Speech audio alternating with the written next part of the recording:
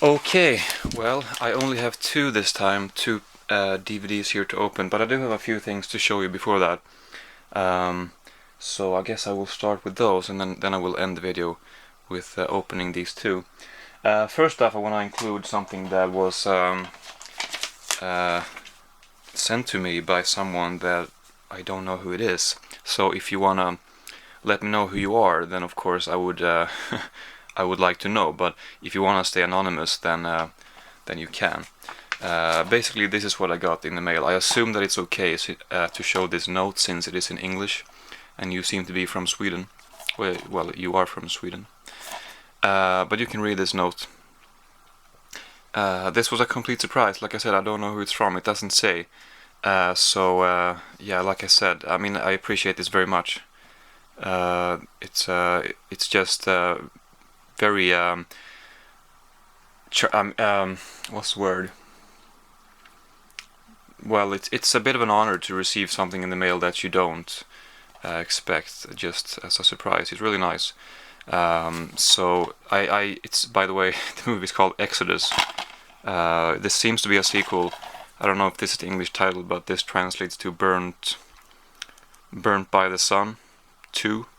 So apparently it's a sequel. I'm not sure if you can watch this before the original or the first one and still enjoy it.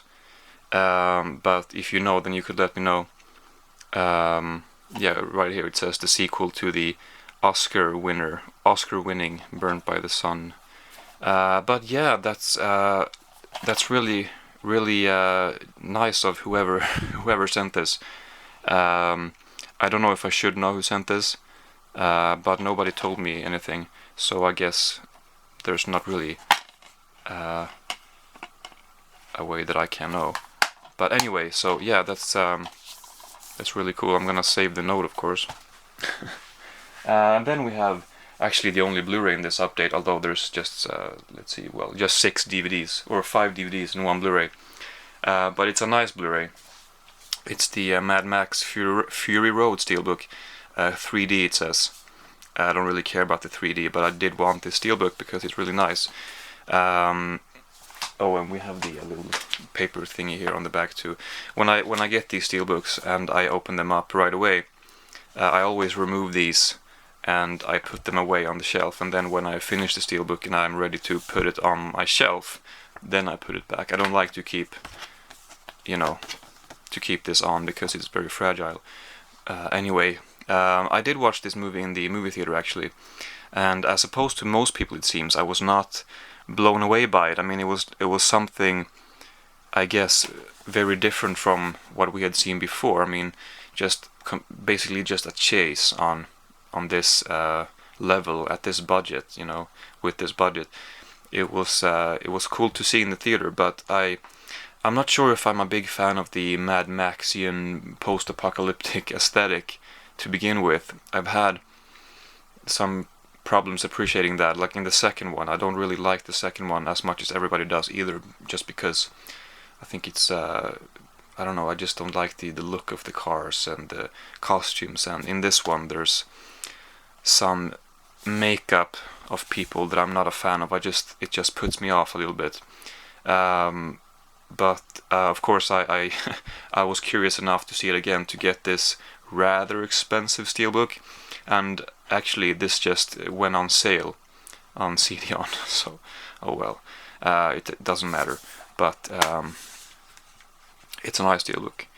I haven't had time to watch it again, but I will eventually, or pretty soon. I'm gonna try to watch this pretty soon.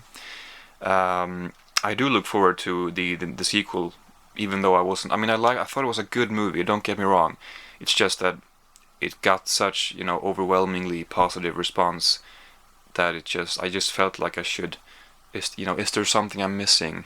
I kept thinking, but I don't know. I don't know. But I'm gonna give it another chance. Hopefully, I'll like it a little bit more. And then we have two.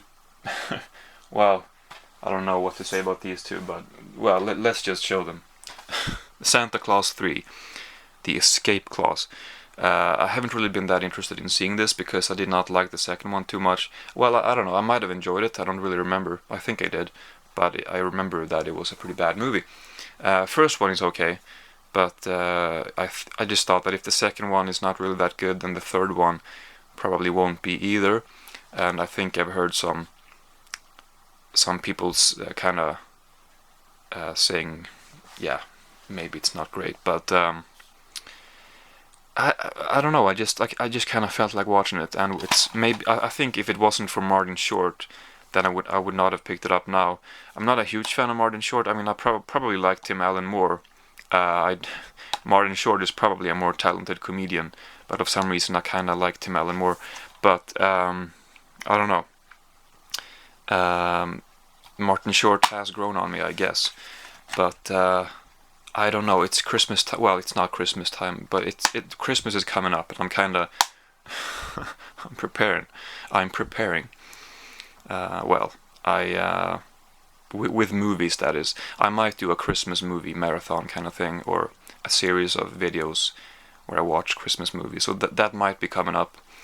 But yeah, so I'm gonna talk about this later on, obviously, along with a bunch of other Christmas movies. But okay, anyway, next thing is season 5 of Will and Grace.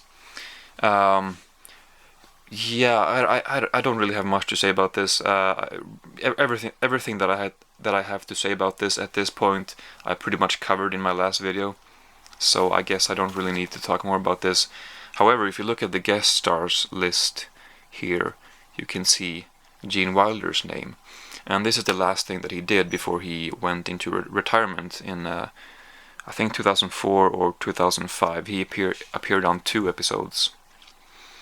And there has been talk of him coming back for a Steven Spielberg movie, I think, which should be pretty cool. But yeah, I'm looking forward to seeing his appearance in this. Also, I'm seeing here Macaulay Culkin. Should be pretty fun to see him in this. Kevin Bacon, you know, yes, Andy Garcia, some pretty good guest stars. Yeah, but especially I'm looking forward to Gene Wilder's appearance. I might not check it out anytime. Well, I mean, right away. Anyway, I might wait a little bit. And okay, so there's another thing I want to show too before I open these. And that is this latest issue of Sweden Rock magazine. You can see here Halloween. If you haven't heard the band Halloween, I just thought it was appropriate to show this because it's October. People are watching their horror movies. You know, Halloween is coming up, and we have a pumpkin here. So maybe I'm sneaky. You know, I just thought that if you see a pumpkin here, then maybe if you haven't heard this incredible band, then maybe you want to do that. Maybe it's an appropriate time to do so right now. So that's just my way of trying to get people to listen to this band. It says here we were never a speed metal band, but I kind of like to categorize them as a speed metal band, speed/power metal. They became more power metal after Kai Hansen's departure, I suppose. But anyway, they actually have a song called Halloween. So if you want to get in the mood for some horror movies, or whatever, check it out. So that's that's that. Okay, then we're gonna do a bit of a transition here and continue with the metal theme, actually, because this is a documentary about metal that I've been wanting to see for a long time, and I finally found it for a pretty good price. And it is actually sealed. I did not think that it was going to be sealed. I didn't actually remember. This is a Global Metal, by the way, documentary by Sam Dunn, and I'll talk about it in a minute. But I didn't actually remember if I bought this new or used. But I just assumed that it was used, or maybe it is. Maybe they've resealed it. It kind of looks like it, actually. I don't know. It doesn't matter. I just wanna see this documentary. Yeah, so Global Metal, it's I suppose about metal around the world. not just metal bands from the typical countries like the United States and the UK and Germany and Scandinavia, but there's he goes to, let's see here, South America and the Middle East, and I think he goes, from Indonesian death metal to Chinese black metal. It sounds really cool. I think there's a Japanese band in here too called Psy. Oh, and Orphaned Land is in this documentary too. That's gonna be cool because I love that band. But yeah, so he basically just goes around the world, and I guess he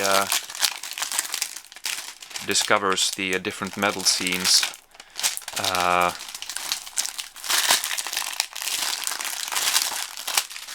And it seems like maybe somewhat of a focus on extreme metal around the world. Actually it says here, as he explores the underbelly of the world's emerging extreme music scenes. Well, I guess maybe, it doesn't say extreme metal, it says extreme music. Maybe people would categorize just metal in general as extreme music. I don't know. I wouldn't say so. But anyway, I'm looking forward to this. This has been, I don't know if I mentioned, this has been a lot more expensive before, but I managed to get it for a little bit cheaper now, so that was good. I had to jump on that. This is definitely used, by the way, I can tell now, but it's in a pretty good condition. So yeah, I am looking forward to this. Has a commentary too. And of course, with every metal documentary, you have to interview Lars Ulrich. Anyway, but yeah, I'm really interested in seeing the international extreme metal music scenes, or stuff like that. So yeah, really happy to have that. Then here we have a TV show, fairly recent, maybe not that recent, but from the past couple of years. It is a Stephen Merchant show, actually. Not Stephen Merchant, Ricky Gervais, but just Stephen Merchant. And it is something called Hello Ladies, the complete series and the movie. So I don't know which one is for the movie. I think this is for the movie, maybe.